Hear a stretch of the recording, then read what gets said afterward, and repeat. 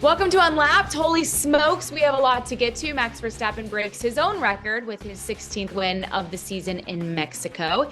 His teammate has the internet in a frenzy, while Mercedes and McLaren are making strong pushes towards the end of the season.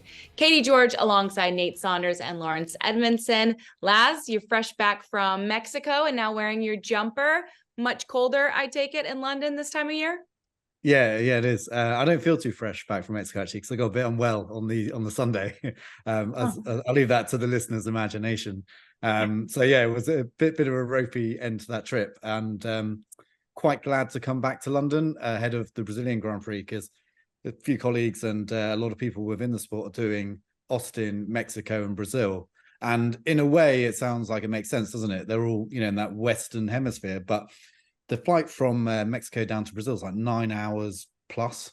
And No the way. thought of doing that on top and then going to Brazil, which can be quite a stressful place to move around as well in Sao Paulo. It's I'm quite glad to be doing this one from London, but we'll be back in force, I think all of us, in Las Vegas. So looking forward to that. I'm curious, since this will be the first race that we don't have somebody from ESPN on the ground. Nate, are you itching to be there, or are you okay being at home, given that the championship is wrapped up at this point? Yeah, so I had the chance to go to this one, and I've got to confess, my enthusiasm for it was not, I wouldn't say low, because I love the race. But yeah, the championship being over, it's been a long year, and I think that at this point, we've got Vegas coming up. It's a nice one to miss, but you're always worried when you miss one, especially if there's neither of us on the ground. If something massive happens, you're kind of, you're kind of hoping that the people that you can text, going to come through for you with some, with some info or whatever. So there is always that risk. But yeah, I think everything Laurence just said. I've been to Sao Paulo twice, and both times I've seen a pretty good time. The first one was when Max pushed Esteban Ocon in 2017, I believe that was. And I saw 21, which was Lewis, one of his best wins ever, I think. So I feel like I've been spoiled a bit by being in Interlagos. So yeah, I think also hopefully the itch comes back for next year, because it's a great venue to be at. It's just a long way, and I'm sure people right now are playing a violin listening to me. But at this point in the year, happy to have some extra weekends at home for sure. Yeah, no doubt about it. And hopefully for our sake, nothing groundbreaking does happen. But if it does, we're going to get right into it. Remember, if you're watching on YouTube, like this video, leave us a comment, and don't forget to subscribe to ESPN for more F1 content. And if you're listening, hit us with a 5-star review wherever you get your podcast. It means a great deal to the three of us. All right, as I said, Max Verstappen won his 16th Grand Prix of the season in Mexico City last weekend, a new F1 record for most wins in a season, breaking his own from last year. Yes, we all know that 51 career wins. Unbelievable. He has been breaking records time and time again, but it was his teammate Sergio Perez at his home Grand Prix that stole all of the headlines. First and foremost, I just want to get your all's quick thought on the incident into turn one. Do you put it on Checo Perez? Do you put it a little on Charles Leclerc? Charles Leclerc said, I know where to go. Yeah, Leclerc's right. He did have nowhere to go because he had Max on the inside and Perez on the outside. And I think it was just a case of Perez giving it absolutely everything, seeing half a chance to take the lead of the race from fifth on the grid, which would have been absolutely incredible. That place, would have just gone into raptures if he managed to do it around the outside, but it just wasn't on. And, it's similar to what Lewis did in Qatar. In fact, I think Lewis said he did a me in Qatar in the cool-down room afterwards when he saw the replay. And there was just nowhere for Leclerc to go. And when you put yourself in that position on the outside of the first corner, it's very rare that you get away with that and come away in the lead of the race. So I think it was way too over optimistic. But in Perez's defense, I thought it was kind of cool that he said, look, I'm sorry for all the fans. He was very upset with himself afterwards, but he kind of said that he felt he owed it to the fans to go for the lead if it was there. So that's kind of his logic and thinking of doing it. It was all or nothing. And despite that making very little sense with his current situation with Red Bull going into next year, I've got a lot of respect for that. Like all or nothing driving, it's always spectacular. You don't want to see a big accident, obviously, but that's kind of what we want. We don't want drivers just kind of backing off going into turn one and not going for opportunities. So yeah, mixed feelings about it, but it was definitely, with hindsight, obviously the wrong move. Yeah, I think that a lot of people talked about, didn't they, the Senna quote, the famous Senna quote, if you no longer go for a gap, you're no longer a racing driver. I joked recently on another pod, I said that quote, Senna, probably if he had it back now, he would say, if you no longer go for a gap and you're definitely sure you're driving for your team next year, then you're no longer, there are times when going for a gap just because it exists doesn't count, as Laurence said. So I think it was a human moment, I think, for Perez. Like he got caught up in the thought of leading into turn one at Mexico. And Laurence is right. I mean, just on TV, I can't imagine what it was like there, because in the media center in Mexico, you can hear the sound of that stadium. It's so loud. And on the TV, you could hear the kind of the energy just drain out of the place as Perez crashed. Gutting. And it sounded like a good chunk of the crowd all left as well. So gutting. It's going to be one of those great kind of what if moments, because I think Perez, even if Perez had come out that corner second or third, that's what's kind of frustrating about it, is if he'd been third still, I think that he pretty quickly gets past Leclerc. Does he catch Max? Who knows on current form? But a second place, given the context of his season, would have been huge. And instead, that crash kind of just was a massive foot in the door for anyone who thinks that Ricciardo can get into that seat next year, or anyone can drive in that seat next year, because obviously Red Bull keeps saying that Perez can have it. We'll have it. But, moments like that, you start to wonder, will there be a change? But yeah, I think as well, I think that importantly, Christian Horner agreed with what Laurence said there. He went for it. He's a racing driver. Yeah, it was his fault, but I think that there was a bit of leeway given in the aftermath of, like, it shows you how much he wanted to win. So, if you're scrambling around for some positives for Checo, it's that, it wasn't the worst thing he did. It wasn't like he crashed out and it was completely his fault and he was going for 10th. It was something that I think that any human being could probably, if they put themselves in that position, they'd have probably done the same thing. Yeah, that's certainly a silver lining. And right now, Sergio Perez, I think, needs a silver lining, considering what popped off on Twitter and everywhere else all over the internet after the race concluded. There was a tweet put out by somebody that you guys know, and we don't have to dive super deep into this rabbit hole, but Albert Fabrega put out a tweet. I cannot interpret this, so you guys might have to on my behalf, but essentially this very ominous tweet, is that a fair word for it, with not a lot of detail and not a lot of hard evidence, was put out from the paddock. And then you guys tell me what happened on the ground, Laz. I'm just trying to find the tweet to translate it. So the tweet, I'm not going to give you the Spanish. I can give it while Laurence looks through it. Yeah. The English translation was, I cannot believe the rumor, or I do not want to believe the rumor I've just been told in the paddock. Full stop. No. Full stop. So very dramatic, very cryptic, and obviously from Albert Fabrega, who is a very, very well connected and long established journalist. So when someone like that tweets something, you think, wow, and it come just after Perez has crashed out, not just after, but just after the race. So the implication I think that most people had was it's about Perez, and he's either he's retiring or he might not even see in the next race. I mean, Twitter went wild for it. I can't imagine what it was like in the paddock in the hours after that. Yeah, I mean, sadly I wasn't there because I was ill, but from the hotel room, what I could gather, it was kicking off, and it's one of those weird things where it was so inconclusive what he was getting at, that pretty much every single rumor that existed in F1 at that time just was plastered all over Twitter mainly by fans, I'll be honest, but there were a few journalists kind of chipping in as well. And so no one really knew what it was about. The obvious one was some kind of Perez announcement because of what happened in the race. Ricciardo had obviously had a brilliant race in the AlphaTauri, so that was an obvious one. Then some people went down the Fernando Alonso is going to replace Perez at Red Bull. Obviously, Albert being Spanish and having a lot of connections with Spanish media, and obviously Alonso's camp may have had some inside information there, so people jumped to a conclusion there. And then it went as wild as, oh, well, Laurence Stroll is about to sell Aston Martin, and therefore no one knows what's going to happen to Alonso in the future, and maybe Perez is going back there for that reason. And it just got wilder and wilder. So it's kind of good in a way, because we got so many rebuttals over the last week to all those rumors, that we basically had all these kind of rumors floating around a little bit in F1. But for the first time I've seen in ages, like Helmut Marko was quite clear on Perez's future, saying he will be at the team next year. Obviously, Christian Horner's been fairly consistent with that, saying that he will be there next year.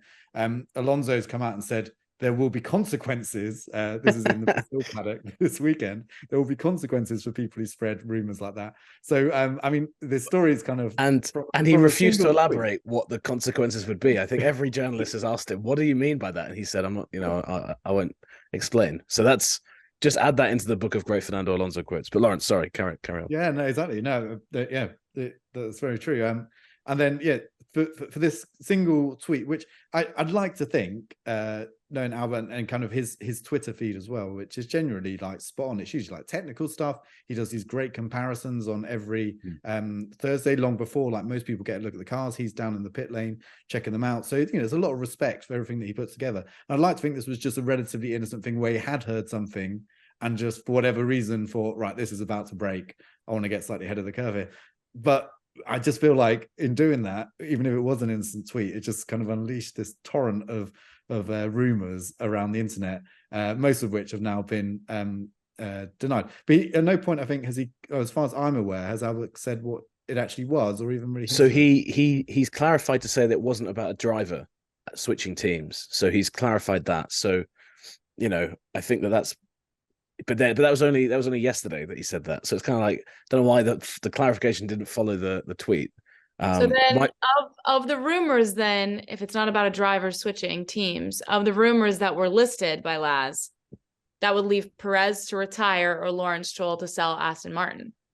Yeah, and I think the thing is with a lot of these things, there's always kind of like a kernel of truth somewhere. I wouldn't be surprised if at some point Aston Martin have some investors coming in soon, just given that Alpine have been doing that and there's clearly talks going on. But I think that Laurence Stroll selling the team after the investment he's made into it is kind of crazy. My favorite one of all of them was if you went through the tweets and you looked at all of them, some people were really putting their detective hats on. One person then tweeted, "I know what it is, guys," and people were like, "What is it?" He says, "They've stopped serving tacos in the media center." Which, I mean, if I had heard that rumor, I'd have tweeted about it. I'd have been like, "This is crazy." I imagine as he's running back down the paddock to get some. But yeah, I mean, it's kept the week interesting at the very least. But a bit reckless, would you not say? I mean, based on how many things came from this, the fallout. I mean, not necessarily a huge fallout because it's all just hearsay on the internet, but I just think that it's a little unfair to do that to some of these drivers, in particular Sergio Perez. And I'm not sure if Albert. I'm not sure if Albert knew what it was going to do either. Laurence is right. Albert's massively respected. I just think it's probably just a tweet that I haven't actually had a chance to speak to him about it, but maybe he'd want it back. 11 million views it had, which was crazy. So you're right. It went all over the place. And that kind of tweet I think is fine. If you're then following it up with, "This is what I've heard." If you couch it as, "This is a rumor, by the way, guys," like, you make it clear, hey, you put like rumor all over it, you stick all these stamps on it saying rumor, and you say, "I've heard this," then I think, it's not great because you're kind of saying, "I've heard this unsubstantiated." I don't know. Maybe it's the age we live in. Maybe that's the future. I don't know. There's NFL. It is a good reminder to everyone, isn't it, that I don't actually use Twitter that much, and this is part of the reason, is because no matter what you put, people will interpret it in their own way. And so, to put something out like that, I guess is slightly irresponsible because it just left so much open. But it is a reminder that, even when you have something which you can be quite sure of, somebody will turn around and tell you that you're wrong, even if you have the information from a reliable source, or even if you have a quote. People will still disagree with you over what's been said or how it's been portrayed and all that kind of stuff. So I feel like it's a tricky one, a reminder of why Twitter can be tricky. And I mean, I when I do tweet or when I do post stuff in those kind of mediums, I kind of treat it like I would a news story. If I don't know it for certain, then I don't put it up there. And I think Twitter, when it's used best, and there's lots of really good journalists who do use it in Formula One to great effect, it's just kind of like giving a little bit of flavor around what you would normally report on, like just the small stuff that comes up, the tiny little FIA decisions, things like that. And again, that's one of the reasons why Albert has all these followers, is because he does pick up on all these nice little facts and changes and technical bits, and he puts them out there, and it's a really useful resource for so many people. But yeah, I think it's just a reminder to everyone that every now and again you might think you're doing something fairly innocent, and you're just in your head it's obvious what you're doing, but to everyone else, whether they're doing it mischievously or not, they're going to interpret it in a different way. I just want you guys to ask and then report back on the podcast when you have a conversation or you see Albert next. Just say, what was your first thought when you saw it obviously getting retweet? Like, I would love to know his initial reaction when it popped off. Because I think in that situation, you can't really delete it either, can you? At that point, the genie's at the boss. So I guess in that point, he's like, I've got to keep it up. Before we put a bow on this, I just want to ask, of the rumors, which one's the most blasphemous? Perez to retire, Perez to go to Aston Martin, Alonso to replace Sergio Perez at Red Bull, Lawrence Stroll to sell Aston Martin. The world is your oyster. I would say Alonso to Red Bull. I would put money on those others happening before that. Just given, first of all, that I think Christian Horner's had several opportunities to sign Fernando Alonso, hasn't done it. Alonso, I know he's kind of in this more nice era, but he still comes with that baggage. And I think as soon as you put him into that environment, you've also got the fact that you don't just get Fernando Alonso, you get Flavio Briatore, his manager, or someone who's been affiliated with him for a long time. You put those two in a team with Helmut Marko, Max Verstappen, Max's agent Raymond, Max's dad Jos. I don't think Red Bull need or want that situation.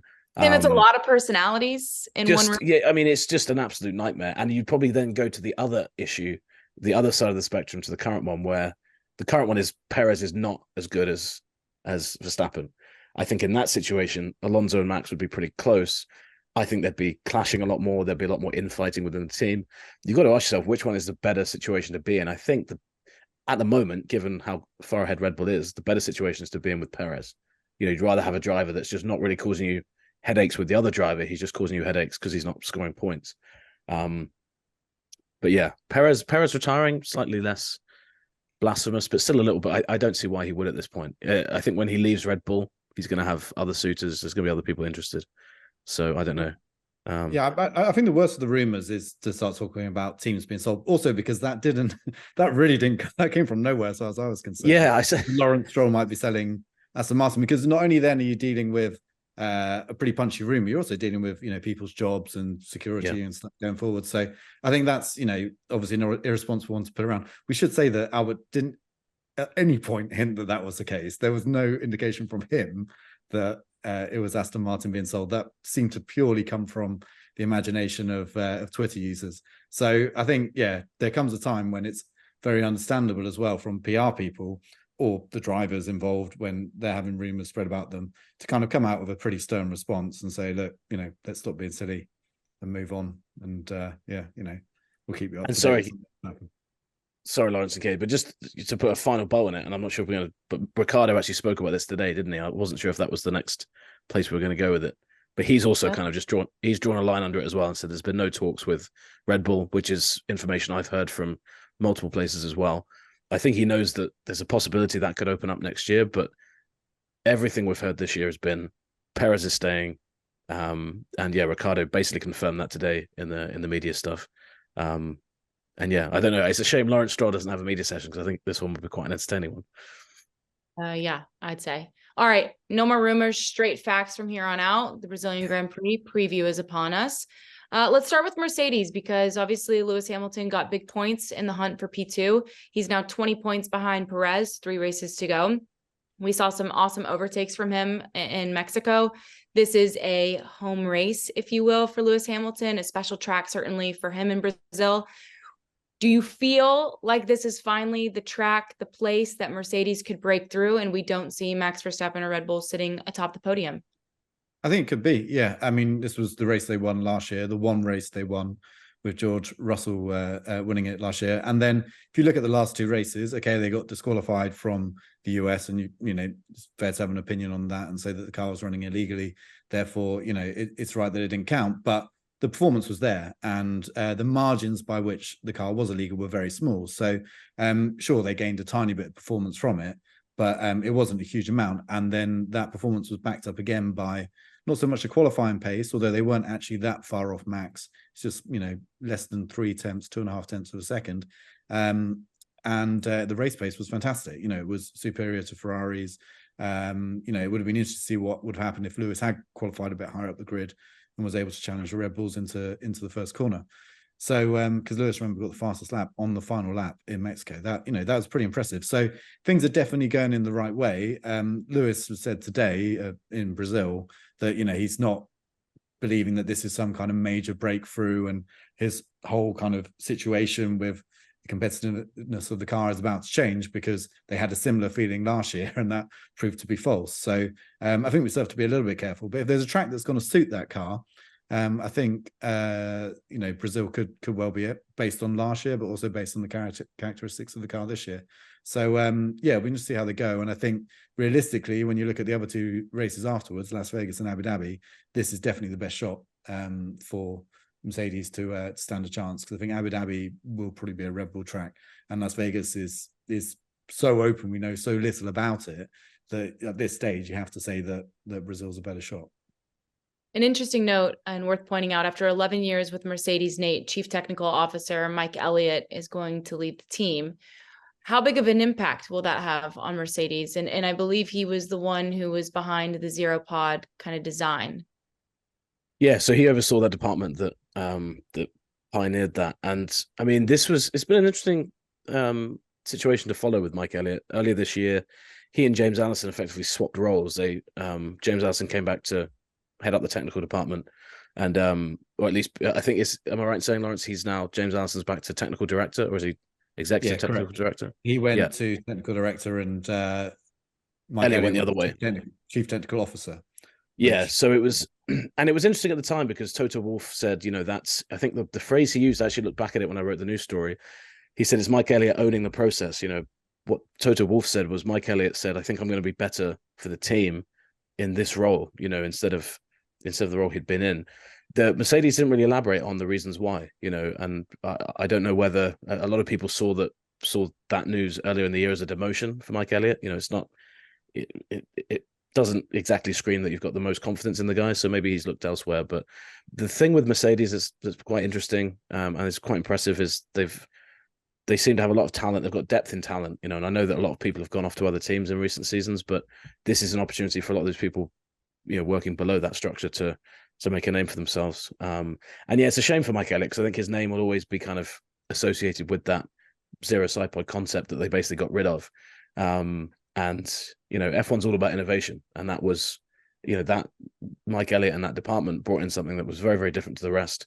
Obviously didn't work, wasn't a winning concept in the end, but if you didn't have concepts like that, I think Formula One would be worse off for it, because that's, if you look back at, especially in the 60s, 70s, 80s, long time ago, the cars all looked incredibly different. So the fact Mercedes did that, I've always thought was a pretty cool quirk of last season, because yeah, you just had, I mean, this year it's a shame in a way they've all converged, because last year, looking at all the cars, they looked so different, and now they don't. So sad to see him go. In a way, you never like to see somebody leave a team if you suspect that maybe it's them feeling they've been pushed out. But didn't realize how long he'd been at Mercedes either. He's been there for a long time. So I think internally, I'm sure it'll take a bit of time for them to get used to him going on. But Mercedes I'm sure in the long run they'll be fine. Yeah, well, one of the key things about Mike Elliott is that period of success that Mercedes had that came before this Red Bull success. Now, he was a key part of that. He was head of aerodynamics, and he was the technology director. And so in those roles, I think he was great, because he would be able to come up with these brilliant ideas. And in fact, during that period, Mercedes had quite a different concept to Red Bull and the rest of the field. And guess what? Back then it was working. So I think the one thing that, by his own admission, Mike Elliott, when he made this kind of move sideways, whatever you want to call it, from technical director to chief technical officer, was that perhaps he wasn't the right person to really galvanize everyone when they really needed to come up with new ideas. And perhaps he wasn't bold enough as well when they went at the end of last year and they were still pursuing this same, you can call it the zero side pod concept. I think it's a lot more about what's going on underneath the car and the general kind of setup and geometry of the suspension and things like that, and the way they kind of pin themselves into a corner with some of that stuff. It needed someone strong at the very top to say at the end of last year, no, this is not working. We need to change this for 2023. And that's one of the things, like Lewis has come out and said afterwards, is he said that he knew as soon as he got in that car, almost as soon as he saw that car, that it wasn't going to be competitive, because he saw a lot of the similar traits carried over from last year. And then, of course, we had that kind of Bahrain qualifying situation where Mercedes was so far off, and that's when Toto Wolff was like, right, the concept's changing, we're mixing everything up, and from there we've had these gradual changes as we've gone along. So I think it's a bit unfortunate because it is another very talented engineer that Mercedes lost, and if you think they've lost James Vowles to Williams in the last year, there was Eric Blandon who went to Aston Martin from the aero side as well. Some big names have gone from the team. Aldo Costa retired. We actually went to Dallara, but he left F1 not so long ago as well. So there's been some really big names on the technical side, and Nate's right, there's lots of strength and depth there, and hopefully this will create opportunities for new people to come through. But it's a lot of pressure now on James Allison, who's a guy who does deal with pressure very well, it should be said, but a lot of pressure on him to now make sure they have the right direction, and basically by this time next year are in a position where they're regularly fighting for race wins. By the way, I'd like a job description of each of those two titles that you mentioned so that I can see the difference between the two, because they sound the exact same to me. Yeah. So depending on the team, sometimes they are very similar. So I think, is Adrian Newey still Chief Technical Officer at Red Bull? He certainly moved up into that position. I was just checking that out. Yeah. Still Chief Technical Officer. But I mean, it does vary on team to team. Mercedes, the idea was that the technical director would have a lot more control over the car that is both being built for the existing season and the next season. So they're really in charge of the direction of development and everything. The Chief Technical Officer takes a much wider view of what needs to change within the team. So where they need long-term investment, things like that, more theoretical ideas of where they want to go with stuff rather than what needs to change in the immediate future. So that's the way it was presented by Mercedes anyway, in those two roles. And that's why they felt that James Allison was so much more kind of suited to the technical director role, and Mike Elliott was maybe more suited to the Chief Technical Officer role, where you're kind of, you're not at the races as much. You can stand a little bit back from it. But actually, James Allison had wanted to move into that role originally to kind of move himself a little bit back away from the front line of F1. So it all depends on what the individuals need and want at the time. But from what Mercedes have said in their structure, that's the difference between those two roles. I hope that makes sense. I mean, they're still fairly similar, top engineers in the team. But yeah, that's kind of the idea. 20 points, as I said, between Lewis Hamilton and Sergio Perez. Hamilton has closed the gap by 35 points over the last 5 race weekends. Okay, so that's an average of 7 per race. If he keeps that pace, he would jump Perez by 1 point at the end of the season. As betting men, who's your money on to finish second in the driver's standings? Nate, I'll start with you. Oh, that's a good one. I mean, it's harder to say Perez. I want to say Perez because I think Perez needs it. And I think that Laurence is right what he said earlier. We've got a Mercedes track coming up, then a bit of a wild card, and then something that is probably definitely a Red Bull should have the edge over Mercedes at least. So yeah, I would say Perez, but it's getting super close, and that's why the incident in Mexico was so big, right? Because Lewis was able to take a huge chunk of points out of him, and yeah, once that momentum starts, it's sometimes you can just ride a wave, and Lewis definitely is at the moment as well. Fast math: what would it have been if Lewis hadn't have been disqualified in Texas? Well, he'd have 18 points extra. So yeah, we'd be down to 2 points, right? Am I missing? Yeah, no, you're right. You're right. So I mean, actually, well, I'm not going to take my bet back now. But I'm saying Perez, but actually having on the record having remembered that before, I would have said differently. But I'll let Laurence take the Hamilton bet if he's doing it. Yeah, no, I that's exactly the point I was going to make. Is that it's true? It is an average of 7 a race over the last 5 races, but that's not really true of performance. Now, you could also argue that, well, had Perez not made that mistake in Mexico, then then he'd have points back on Lewis, which is probably fair as well, because the Red Bull did look pretty competitive. But it would have been actually fascinating to see that battle unfold if, say, Checo had got up to second or whatever, we'd had that red flag as we did for the Kevin Magnussen incident, and then Lewis had a chance to fight back at him like he did with Leclerc. What would have happened there? I think it could have been pretty thrilling, especially with the Mexican crowd on one side, fairly obviously. So I think at the moment the performance, just the general consistency of Lewis over Perez, in my mind, means that even if the races go to plan over the next few next 3 races that we have, I think Hamilton's a very good chance of closing that gap. We mentioned Daniel Ricciardo earlier. He obviously got AlphaTauri's biggest points of the year, P7, with a strong impression and strong performance, leaving that impression on Christian Horner, who was very optimistic and complimentary of Daniel after the race in Mexico. He only has 4 races under his belt at this point, but do you feel like he can continue, Nate, with this pace, with this performance through the end of the season? Yeah, it's difficult to know with Daniel Ricciardo at the moment, because he's had 2 very, very different races, different race weekends. Austin, I think, was pretty ordinary. You know, he was coming back from that injury, and yeah, it was fantastic in Mexico. And I think the car is much more suited to the Mexico circuit. I think this is actually for Red Bull will be a really key insight into Ricciardo, because I think one of the problems at McLaren was that he actually had a very good Mexican Grand Prix. If you remember last year, after he'd been let go by McLaren, that was actually one of the last few great races that he had there. It's keeping that consistency, and if you actually look at Ricciardo's career, there's certain places where he's always done well. And Mexico's always a place where he's just been confident. He's done very, very. I think his results are pretty strong there. He had pole one year. I remember he stole it from Verstappen, could have been the youngest ever, and he stole it right at the end with a late lap.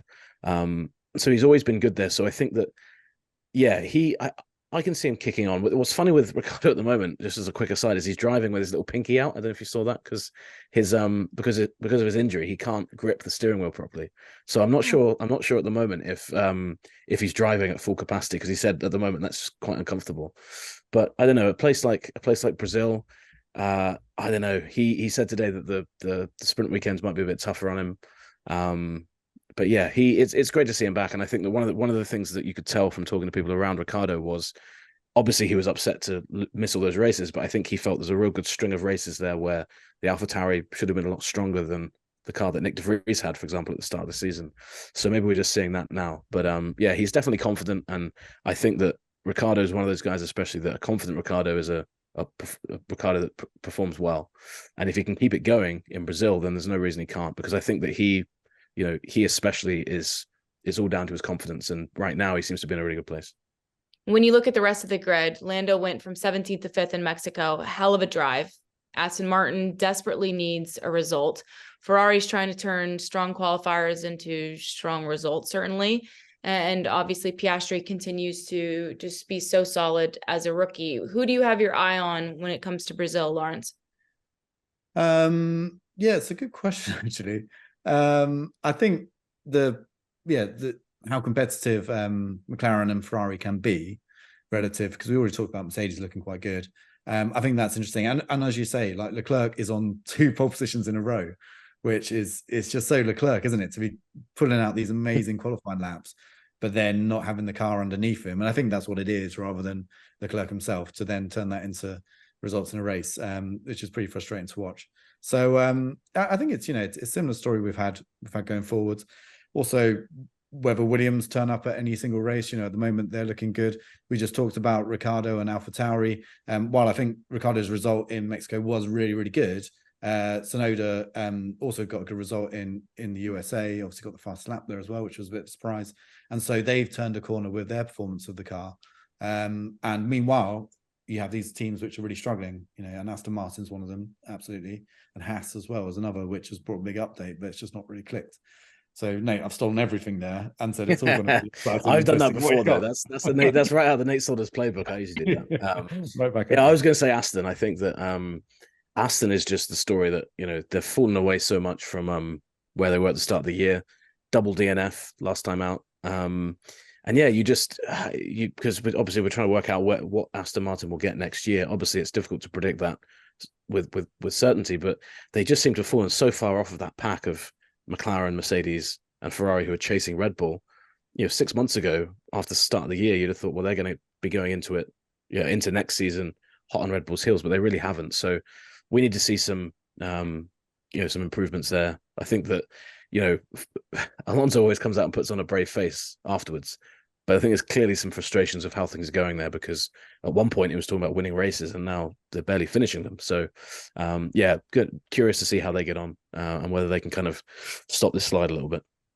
I will say, I really appreciated Charles Leclerc fighting back. You said a lot of the fans had already left, but some stuck around to boo him in his post-race interview. I like that he was like, Where did you want me to go? It was kind Yeah. of spicy from Charles Leclerc, and I'm here for it. Yeah, and it's kind of like booing a Labrador, isn't it? Booing Charles Leclerc. It's like you just wouldn't do it, and the dog would look at you like, why are you booing me for? You know, I just thought of all the people to pick. Yeah, Charles Leclerc's probably not the best one. This is how my mind works. In the off season, when we're looking for content, we're gonna do a top to bottom F1 as dogs. Yeah, drivers as which dog would be their perfect match. Okay? I think that's great. I can't wait for Okay. that show already. It's gonna be on Unlapped. And here. extra points if we can match their name to. So if we can somehow change Charles Leclerc into like a Labrador or something like that. Please do send in your best if you're listening. I love it. Speaking of points, okay, we're getting to the end of the season. Here's an update. Thanks to Zach, because we did not put in our predictions before Mexico. Everybody has been given a full possible 6 points, which doesn't really change the disparity, but it's nice. Yeah. Okay. So Laurence, you currently sit at the top with 52 points. Nate, a close second at 50 points. And Katie rounds out the bottom with 45 points. All right. Laz, heavy is the head that wears the crown. Give me your top 3. Yeah. Okay. So I'm going to break from our tradition and say Lewis Hamilton wins. Oh, nice. I'm going to go out there. This could be disastrous 3 rounds out for my my championship lead here. So Lewis Hamilton wins, Max Verstappen second in a thrilling battle between the two, and Checo Perez finishes third. Okay. I love it. So that was actually going to be my prediction. Maybe not with Perez third. But I'm in a championship dogfight with Laurence at the moment. So I'm going to mix it up because I don't gain anything if the prediction's the same, do I? So I would love, by the way, to see Lewis win. I think also we're approaching territory where we could have 2 full seasons without Lewis Hamilton winning, which seems insane because for so long, the record of his career was he'd won a race every year of his career. I'm going to say Verstappen first, Lewis second after an epic battle between the two, and third place George Russell. Because I do think the Mercedes, this is a really strong track for them. And if you actually think about last year, Lewis, ran George really close in the race as well. So should be a good weekend for them.